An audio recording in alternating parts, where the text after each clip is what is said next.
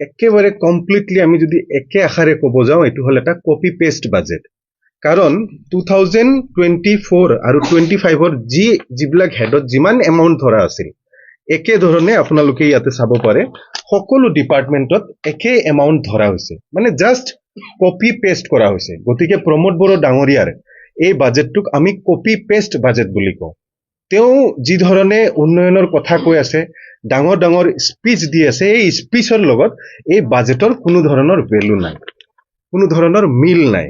আপোনালোকে চাব পাৰে লাষ্ট পেজত যিটো প্ৰমোদ বড়োৰ স্পিচত এটা পেজ ইয়াতে আঠা লগাই দিছে তাৰ মানে কি আঠা লগাই ইয়াতে যিটো ফাইনেল বাজেটৰ আসলতে ক'বলগীয়া যে কিমান টকা আহিব আৰু কিমান খৰচ হ'ব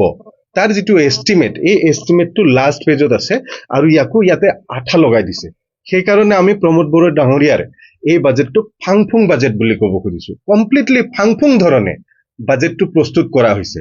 আৰু এটা টিমলেছ বাজেট এটা টিমে ইয়াৰ পিছফালে যে কাম কৰি ফেলে বাজেটটো প্ৰস্তুত কৰিছে সেইটো সম্পূৰ্ণৰূপে ইয়াতে দেখা নাযায় মানে কোনো এটা টিমলেছ বাজেট এটা ফাংফুং বাজেট আৰু এটা কপি পেষ্ট বাজেট এনেকুৱা ধৰণৰ বাজেটৰ দ্বাৰা প্ৰমোদ বড়ো ডাঙৰীয়াই যদি বিটিসি খনৰ উন্নয়নৰ যে ফটা ঢোল বজাই আছে সেইটো প্ৰমাণ হৈ গৈছে আপোনাৰ যিটো ভিজন ডকুমেন্টৰ কথা কয় বিভিন্ন জাতি জনগোষ্ঠীৰ কমিউনিটিৰ কথা কয় সেইটোৰ স্পিচত তেওঁ মেনশন কৰিছে কি বুলি মেনশন কৰিছে এটা নতুন ডিপাৰ্টমেন্ট বনোৱা হ'ব ষ্টেবলিশমেন্ট অফ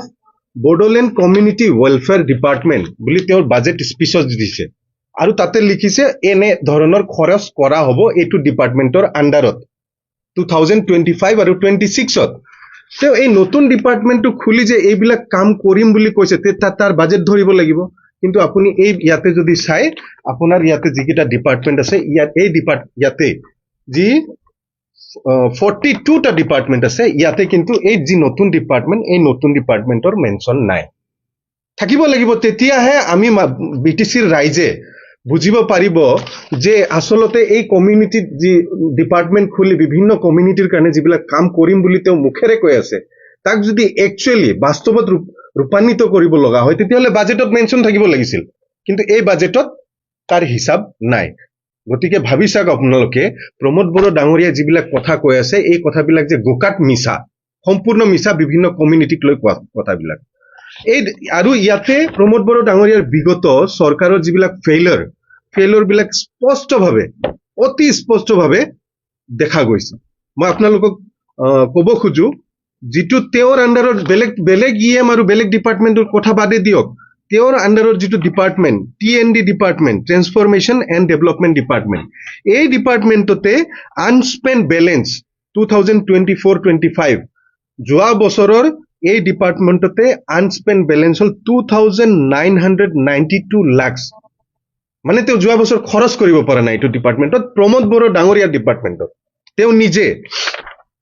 তেওঁৰ আৰু ডিপাৰ্টমেন্ট আছে তেওঁৰ ট্ৰাইবেল এফেয়াৰ্স ডিপাৰ্টমেন্ট তেওঁৰ আন্ডাৰত আছে এইটো হ'ল ট্ৰাইবেল এফেয়াৰ্স প্লেন ডিপাৰ্টমেন্ট এই ডিপাৰ্টমেন্টৰ আন্ডাৰত প্ৰমোদ বড়ো ডাঙৰীয়াই 2024-25ত 6 লাখ টকা আৰু 2024-25ৰ স্পেশাল গ্ৰান্ট হিচাপে এটা আহিছিল 18,626 লাখ ইমান টকা তেওঁ যোৱা বছৰ খৰচ কৰিব পৰা নাই প্ৰমোদ বড়ো ডাঙৰীয়াই তেওঁৰ নিজা ডিপাৰ্টমেন্ট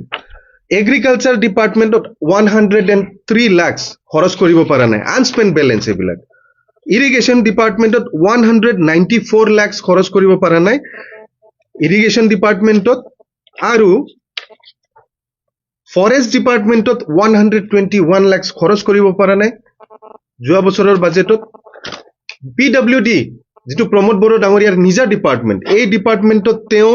170 লাখ তেওঁ খৰচ কৰিব পৰা নাই 24-25ৰ আৰু এডুকেশ্যন ডিপাৰ্টমেন্ট যি এডুকেশ্যনৰ কথা তেওঁ কৈ ফেলে ঢাকঢোল পিটি আছে সমগ্ৰ বিটিসিৰ বোলে এডুকেশ্যন তেওঁ খলনি কৰি দিছে ৱেৰেজ গুণোৎসৱত আজি বিটিসিৰ জিলাবিলাক তলত গুচি গল মেট্ৰিকৰ ৰিজাল্ট তলত গুচি গল কিহৰ কাৰণে গৈছে তাৰ এসেসমেন্ট আপোনাৰ এই বাজেটত ৰিফ্লেকশন হৈছে প্ৰমোদ বড়ো ডাঙৰীয়াই ক'বই নালাগে কিহৰ কাৰণে গুণোৎসৱত স্কুলবিলাকৰ যিটো মানদণ্ড তলত গুচি গল বিটিসি অঞ্চলৰ কিহৰ কাৰণে মেট্ৰিকৰ ৰিজাল্ট বেয়া হল তাৰ ৰিফ্লেকশনটো এই বাজেটত আছে কাৰণ এডুকেশ্যন ডিপাৰ্টমেন্টতো প্ৰমোদ বড়ো ডাঙৰীয়াই 2024 আৰু 25ত 36 লাখ খৰচ কৰিব পৰা নাই আৰু 2023-24 বাজেটৰো তেওঁ পইচা খৰচ কৰিব পৰা নাই সেইটো হল 92 লাখ মানে এডুকেশ্যন ডিপাৰ্টমেন্টটো তেওঁ ভালকে চলাব পৰা নাই ওভাৰঅল যদি আমি চাও এইবাৰৰ যেটো বাজেট এই বাজেটত আপোনালোকক তেওঁলোকে স্পষ্ট কৰিছে 3944 লাখ এটো হল আনস্পেন্ড বেলেন্স আৰু লগতে আনস্পেন্ড বেলেন্সে 453 লাখ সো এইবিলাক হল সব প্ৰিভিয়াস আনস্পেন্ড বেলেন্স বিলাক লৈ তেওঁ এই বাজেটটো বনাইছে পূৰ্বৰ খৰচ কৰিব পৰা নাই তেওঁ হাগ্ৰামা মহিলাৰী ডাঙৰীয়াৰ যি লায়াবিলিটিৰ কথা কয় কিন্তু প্ৰমোদ বড়ো ডাঙৰীয়া হাতত টকা থাকি খৰচ কৰিব নোৱাৰে বিটিসিৰ ৰাইজে তেওঁ প্ৰশ্ন খুদিব যে কিহৰ কাৰণে কি এনেকুৱা কন্ডিশন আছে যাৰ কাৰণে প্ৰমোদ বড়ো ডাঙৰীয়াই খৰচ কৰিব পৰা নাই কিমান দুৰ্ভাগ্যজনক কিছুমান ডিপাৰ্টমেন্ট আছে ওয়াটাৰ ৰিসোৰ্স ডিপাৰ্টমেন্ট বিশেষকৈ এই ডিপাৰ্টমেন্টৰ আন্ডাৰত যেতিয়া আমাৰ হেজাৰ্ড কন্ডিশন আহে তেতিয়া কি হয় ষ্টেটৰ পৰা নন প্ল্যান নন স্যালাৰি এটা হেডত পইচা আহিছিল আৰু বিগত সময়ছোৱাত 157 লাখ 155 লাখ এনেকে টকা আহিছিল কিন্তু প্ৰমোদ বড়ো ডাঙৰীয়াই এই হেডৰ পইচা খৰচ কৰিব নোৱাৰাৰ কাৰণে আজি 2025-26 এই বাজেটটো ষ্টেটে দিয়া এই বাজেটটো জিৰো হৈ গৈছে এটা নাইকিয়া কৰি দিব কাৰণ এই যেটো বাজেট হেড এই পইচাটো বিটিসি চৰকাৰে প্ৰমোদ বড়োৰ চৰকাৰে আজিলৈকে খৰচ কৰিব পৰা নাই একে ধৰণৰ পিএইচই টো এটা নন প্ল্যান নন স্যালাৰি বাজেট আহিছিল আগত 300 লাখ মানে 3 কোটি টকা আহিছিল বিভিন্ন কামত খৰচ কৰিবৰ কাৰণে ইমাৰ্জেন্সিৰ সময়ত সেটোৰ আজিৰ তাৰিখত যদি আপোনালোকে বাজেট হিচাপ চাই মাত্ৰ 95000 দিছে অহা বছৰৰ বাজেটত হয়তো জিৰো হ'ব তাৰ পৰৱৰ্তী পৰ্যায়ত এই হেডটোই নোহোৱা হৈ যাব এনেকুৱা কন্ডিশনত যদি থাকে কাৰণ এইবিলাক তেওঁলোকে খৰচ কৰিব পৰা নাই ষ্টেটে এইকাৰণে কমাই জিৰো কৰি দিছে আৰু একেদৰে আৰু এটা পাব্লিচিটি ডিপাৰ্টমেন্টত non plan non salary state গভৰ্ণমেন্টৰ পৰা এটা টকা আহিছিল এই হেডত আৰু এই হেডত আগতে 180 লাখ আহিছিল কিন্তু আজিৰ তাৰিখত 25-26ত এটো 0.95 লাখ মানে 95000 আহিছে আৰু এটো যদি খৰচ কৰিব নোৱাৰে তেতিয়া হলে এটো জিৰো হৈ যাব আৰু সময়ত এই হেডটো নোহোৱা হৈ যাব এইদৰে প্ৰমোদ বড়ো ডাঙৰীয়াই তেওঁ হ্যান্ডেল কৰিব নোৱাৰি বিটিসি খন ভালকে চলাব নোৱাৰি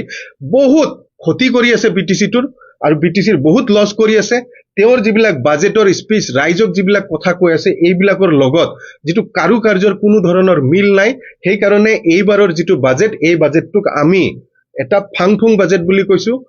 টিমলেস বাজেট বুলি কৈছো আৰু এই বাজেটটো এটা কি বুলি কয় আপোনাৰ কপি পেস্ট বাজেট কাৰণ আগৰ বস্তুবিলাকে জাস্ট কপি কৰিছে আৰু পেস্ট কৰিছে সেই ধৰণে বাজেট হিচাপে উত্থাপন কৰিছে গতিকে এইটো এটা কপি পেস্ট বাজেট হে হয়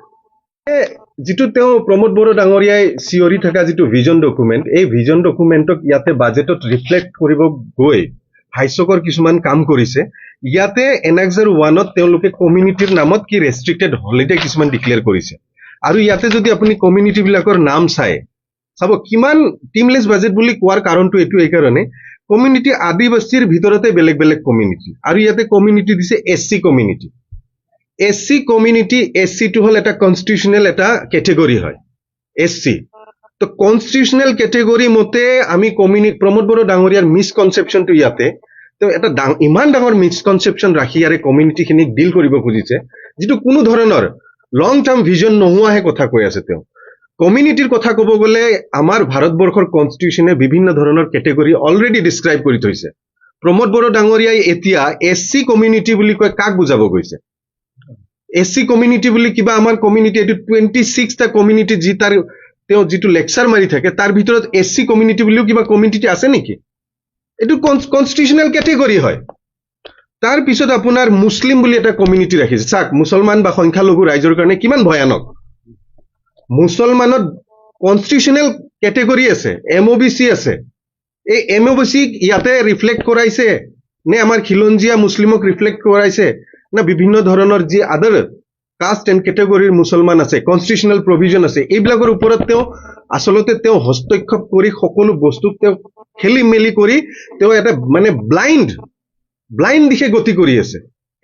এনেকে কৰিলে নহব তেওঁ এজন ৰেসপন্সিবল পাৰসন হিচাপে কমিউনিটি কাষ্ট কমিউনিটিৰ এই মেটাৰটোত তেওঁ ডিল ভালকে কৰিব লাগিব